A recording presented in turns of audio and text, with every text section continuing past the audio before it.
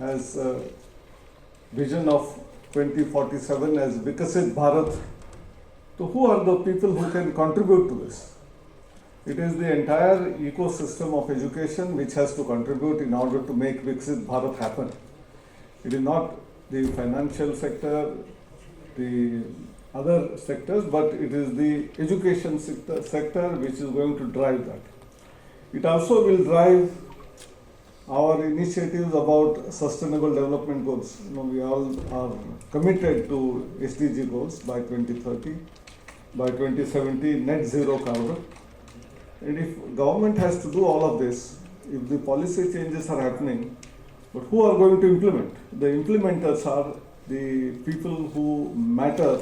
They all come from educational institutions, right from school to high school to higher education. Unless this training is given to them when they are in the education institutions, they will not be able to perform when they go out.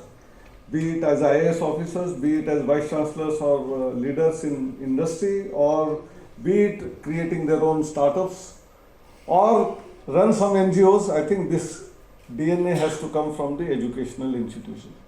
And therefore, the entire private enterprise, which has come in the education sector for a long time, now it is nearly 5 decades, that a large number of educational institutions have come from private sector, and they have been contributing immensely towards not only increasing the gross enrollment ratio in order to create great startups, they are all contributing. So I think today's entire discussion is going to hover around issues related with all of this. Now again, I come back to national education policy, which has been evoked as one of the finest responses from not just in India but all over the world. Most transformative policy that has ever been created anywhere in the world, where it is holistic, it has a total multidisciplinary approach, it also facilitates multiple entry exit, it is rooted in our Indian ethos and Indian roots, it also promotes innovation, it promotes research, it promotes multilingualism, and therefore heralded as one of the best policies which has come. But it's now already 4 years down the line. If somewhere it can be implemented at a fast rate, most effectively, efficiently, it can be in only 2 places. One is the central institutions, which are government institutions, be it IITs, NITs, central universities, and other is a large number of private universities which are deemed to be universities. Rest of them which are in the state private sector or state public sector, there are issues, there are problems in different places. And that's why I appeal to all the universities who are here to take it seriously and implement them in the right earnest.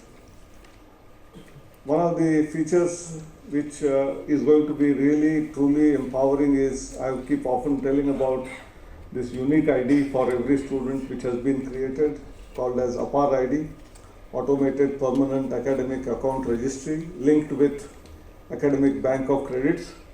Unless we make this really truly happen, right from school education to higher education, allowing students to take courses from some other university and then creditize them and then place it in the Academic Bank of Credits, the true phenomenon of empowerment is not going to happen.